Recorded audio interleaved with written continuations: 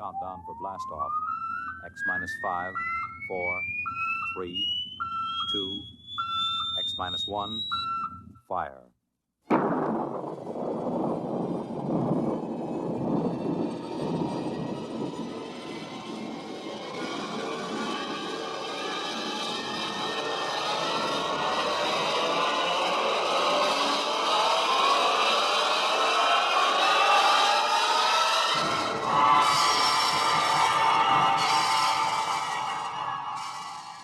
From the far horizons of the unknown come transcribed tales of new dimensions in time and space. These are stories of the future, adventures in which you'll live in a million could-be years on 1,000 maybe worlds. The National Broadcasting Company, in cooperation with Street and Smith, publishers of astounding science fiction, presents X minus 1.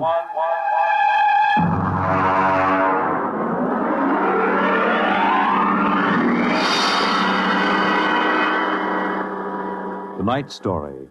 Cold equations. There is no margin of safety along the rim of a frontier.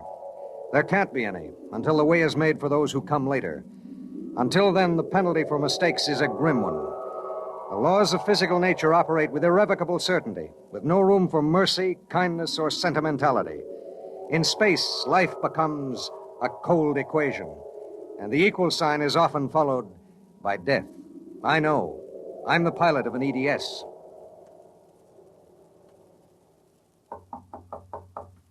Come in. You sent for me, Commander? Yes. Sit down, Barton. We just got an ED from the Territorial Space Station on Woden. Woden. That's in the Crab Nebula, isn't it? That's right. There are 2 exploration parties there on Manning's continent. 8 men each. Mm-hmm. They've got calla fever in one of them and no serum. Oh, and I thought this was going to be a nice, quiet passenger run. Computers are working out your payload and your course right now. In exactly 10 minutes, we'll drop in a normal space and launch your ship. I'll get her ready. One thing. What's that? Woden is at the maximum pay limit for an EDS. Figuring the weight of the serum, we'll be able to give you just enough fuel to land on Manning's continent if you make it the first pass.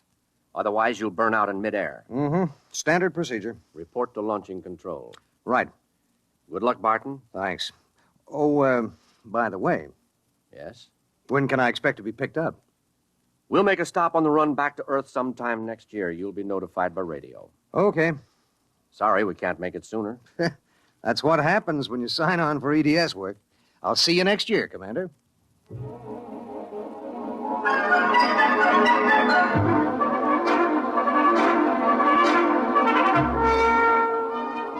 Down in the belly of the Stardust, the crew was working like beavers to get the EDS, the emergency dispatch ship, ready.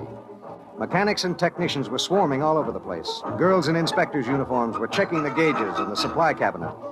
9 minutes later, the exact course was in the computer. The serum was stowed in my supply cabinet closet, and little EDS 4G3 was ready to be born into space. Barton, Yes, sir. 30 seconds to blast off. All set? All set.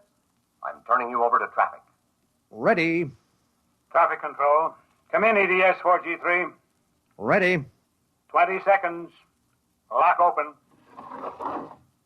15 seconds. Space drive on. Space drive on. 10 seconds. Gravity neutralizer on. Neutralizer on. 5 seconds. 4, 3, 2, 1. Blast off.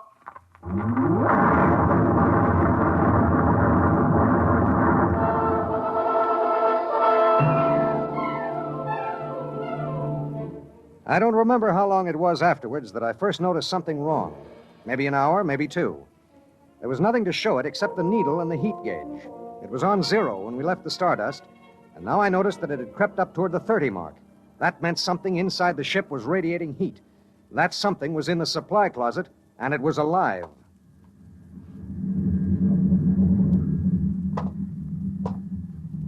All right, come out. Whoever or whatever you are, if you don't come out in 5 seconds, I'm going to blast you. 1, 2. Well, I'll be... Hello. I'm Marilyn Lee Cross. What are you doing in there? I'm a stowaway. Oh, my. What's the matter? Do I have to pay a fine or something? What are you doing here? I wanted to see my husband. Who's your husband? He's with the government survey crew on Woden. I haven't seen him since he left Earth 4 years ago. Okay. But what made you hide in my EDS? I have a job waiting for me on Mimir, but I heard you were going to Woden and there was plenty of room, so I hid. Oh, I knew I'd be breaking some kind of rule, but what's one little rule?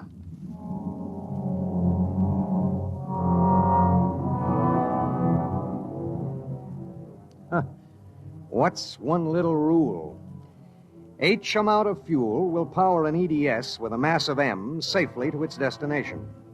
H amount of fuel will not power an EDS with a mass of M plus X safely to its destination. Well, how could she be expected to know? She was 5'2" with brown curly hair and the faint, sweet smell of perfume. She was 5'2" and she smelled like apple blossoms. And her name was X in an equation that would have to be balanced.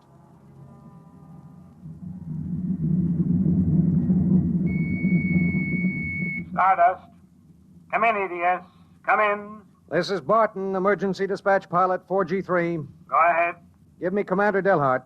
What's the message, EDS? I have to consult Commander Delhart. The commander is busy. Listen, you squirt. Give me Commander Delhart. One moment, 4G3. Commander Delhart. Emergency message from EGS 4G3. This is Delhart. What is it?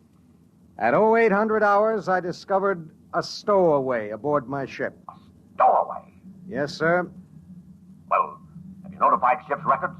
Not yet, sir. You know the regulations as well as I do. Of course I know the regulations. That's why I'm calling. Martin, what's going on? Sir, this is a girl. A young woman. Oh. She wanted to see her husband on Woden. She didn't know what she was doing. I see. I wondered, sir, maybe the cruiser could change course or something? I'm afraid not. We're hundreds of light years apart now. We have a limited fuel supply ourselves, with 900 passengers. Is there any chance? No. Okay, Skipper. Better get the information to ship's records. Okay. Martin, Skipper? I'm sorry. Yeah, sure.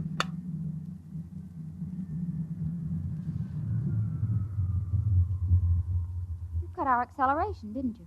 Yes. Why? Oh, save fuel. For a while. How did you manage to stow away? Well, I was taking a language lesson in Mimirese from a girl in the inspection corps. The order came in for your trip, and I just went along on an impulse. Oh, it was easy. I'll be a model prisoner, I promise. Oh, if you were only a thief or a spy, it would make it easier. Make what easier? Forget it.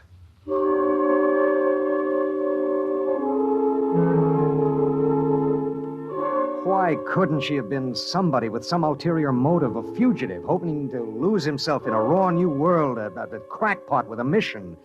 Why did she have to be a woman? A beautiful, kind, trusting woman?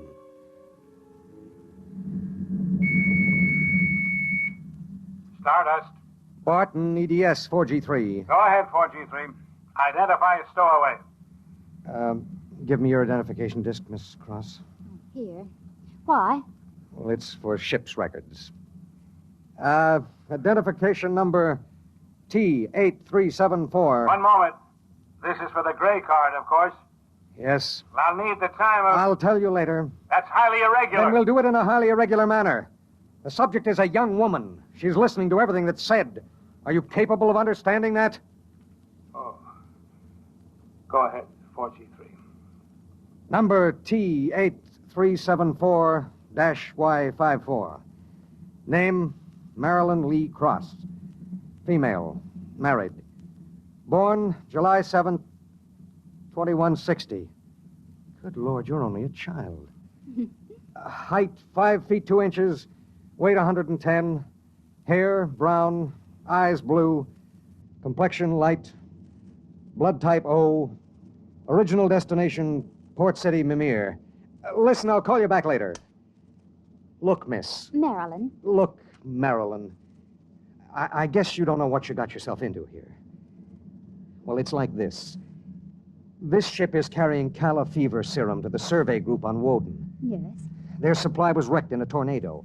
The fever is always fatal unless the serum is given in the first 48 hours. Now, these little ships have exactly enough fuel to reach their destination. If you stay aboard her, your added weight will cause it to use up all its fuel before it can land.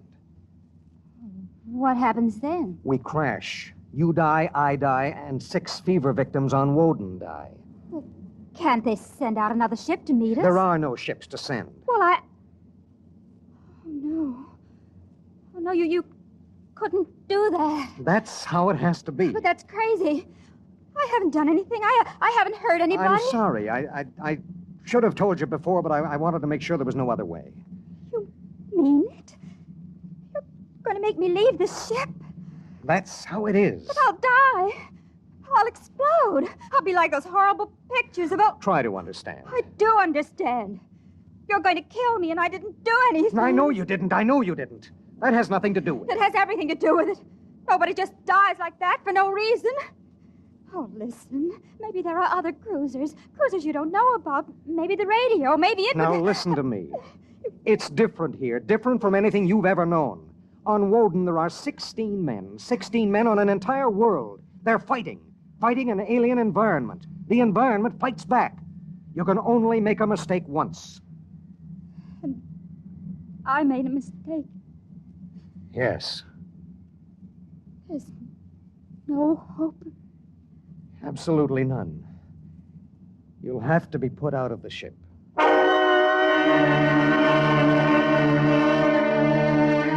It was better so. With the going of all hope would go the fear. Then would come the resignation. She needed time, and there was so little. EDS. Starship to EDS. Need pertinent data. All right, Starship. When do you expect to complete your report? I need a computer check. I'll give you statistics. Statistics. This is EDS 4G3. I'm intersecting course vector 7.3 at 0831. Deceleration 1750, weight 1 ton. I would like to stay at point 10 as long as the computers allow. Will you give them the question? Check. I'll call you back. We wouldn't have long to wait. The new factors would be fed into the steel maw of the computer bank, and the electrical impulses would go through the complex circuits. Here and there, a relay would click, a tiny cog turn over. But it would be the current, formless, mindless, invisible, which would determine with utter precision how long the pale young girl beside me would live. 5 little segments of metal in the second bank would trip against an inked ribbon, and the machine would spit out the answer. You will resume deceleration at 1910. It was 1810 when he spoke. 1 hour. She has 1 hour to live.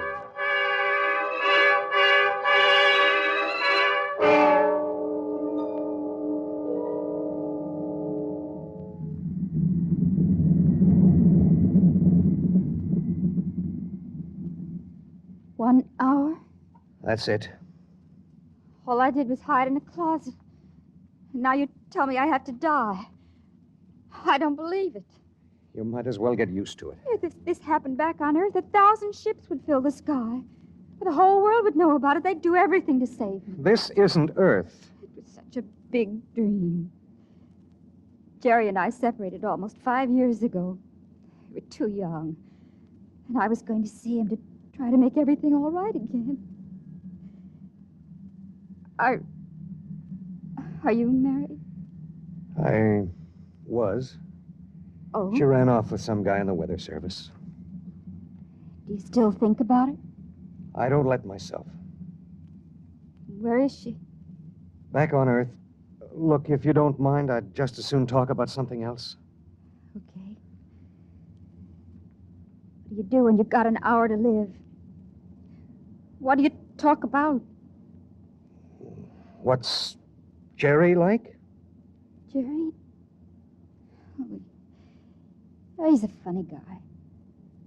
When he found out, I mean about the other fella, he didn't get mad. He cried. That was all he felt, sadness. So you walked all over him. Well, I thought I wanted him to get mad at me, to be jealous. And now? thinking about him for 5 years. So when I heard the ship was bound for Woden and I knew Jerry was there, I stowed away. I didn't know about the fuel. I didn't know this would happen to me. She had violated a man-made law that said keep out. The penalty was not of man's making or desire. It was not a penalty men could revoke. H amount of fuel will power an EDS with a mass of M safely to its destination. The time was 1830. 40 minutes. It was beginning to get me. A space frontier is a rough place, and I'd seen 100 men die since I left Earth. But this was different. I watched her as she wrote a message to her folks. I watched her as she fought her way through the black horror of fear toward the calm gray of acceptance. And then there it was on the view screen. The planet Woden. A red ball enshrouded in the blue haze of its atmosphere, swimming in space against the background of star-sprinkled blackness.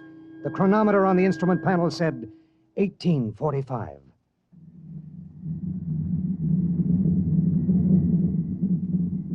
Listen, we're in radio range of Woden now. I mean, would you want me to try to contact your husband? Jerry? It'd mean he would know you're going to die. There'd be nothing anyone can do.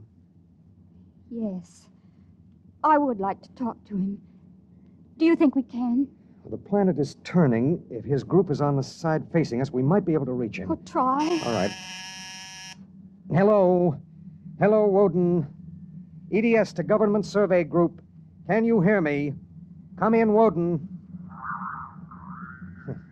They may not be monitoring. Hello? Hello. Hello. Identify yourself, please. This is Government Survey Group 1 on planet Woden.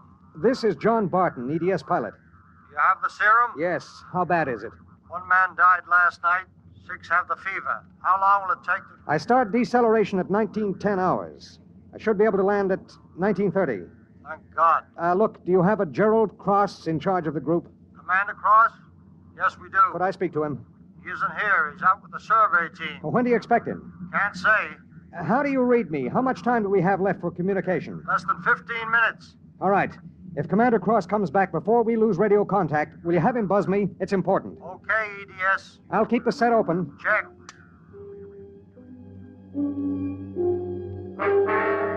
The minutes passed like small bits of eternity. On the view screen, I could see Manning's continent sprawled like a gigantic hourglass in the eastern sea. There was a thin line of shadow where it was beginning to disappear as the planet turned on its axis. I looked at the pale woman next to me, and I thought of another woman long ago who'd sat next to me and cried because I wouldn't try to understand. What had she written in those letters back home?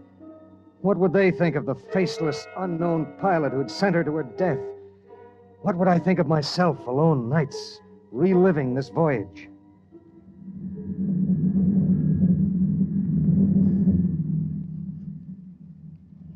Cold, isn't it? I'll turn up the thermostat. Nothing from Jerry? We have about 2 minutes of radio contact left. Maybe it's better. I mean, suppose it were you and your wife tried to call you. How would you feel? I don't know. Do you ever hear from her? I got a letter about a year ago. I tore it up. That was foolish. Yeah, it was. Life is so terribly short to be wandering around alone. Well, Wait a second, we're getting something. How much time before I have to leave the ship? About 10 minutes. Hello, EDS. Hello, EDS. Come in. Come in. EDS. This is Woden. I have Commander Cross. All right, go ahead.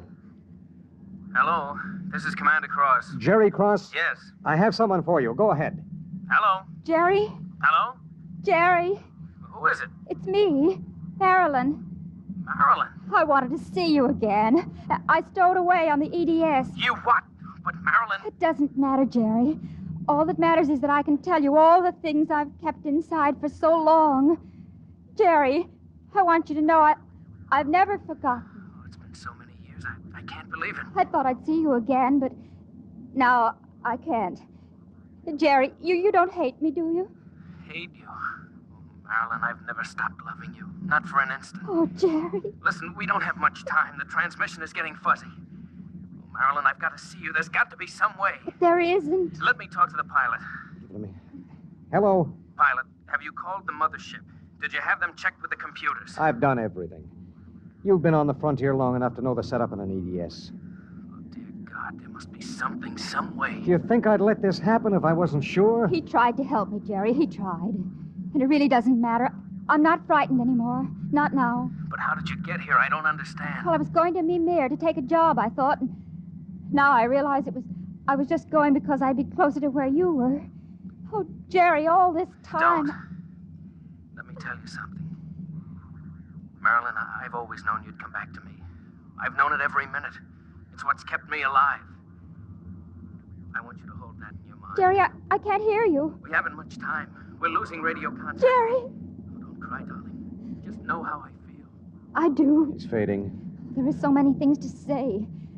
Jerry, if you can still hear me, maybe I'll come to see you again. Maybe I'll come to you in your dreams, or be the touch of a breeze, or one of those golden-winged little birds singing my silly head off. Maybe I'll be nothing you can see or hear, but you'll know I'm there. Think of me like that, Jerry. Goodbye. Goodbye, my darling. She sat motionless in the hush that followed. And then she looked at me. Now. Now. I pulled down the black lever, and the inner door of the lock slid open. She walked with her head up and the brown curls brushing her shoulders. I let her do it alone. She stepped into the lock and turned to face me, and I could see the pulse in her throat. I'm ready. I pulled the red lever, and there was a slight waver as the air gushed out. I thought I sensed a bump, as if something had bumped the outer door. And then there was nothing. The white hand of the closet temperature control was back at 0. A cold equation had been balanced, and I was alone in the ship.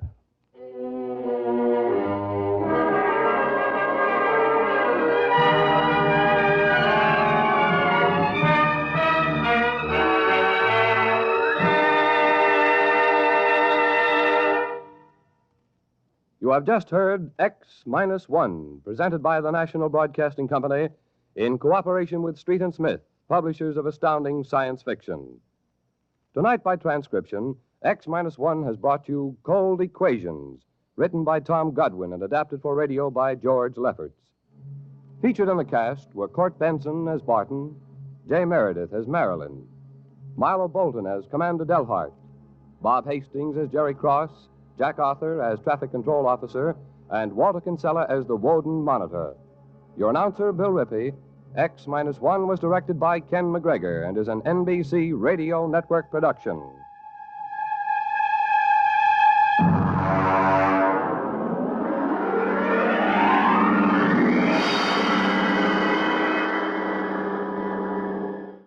X minus 1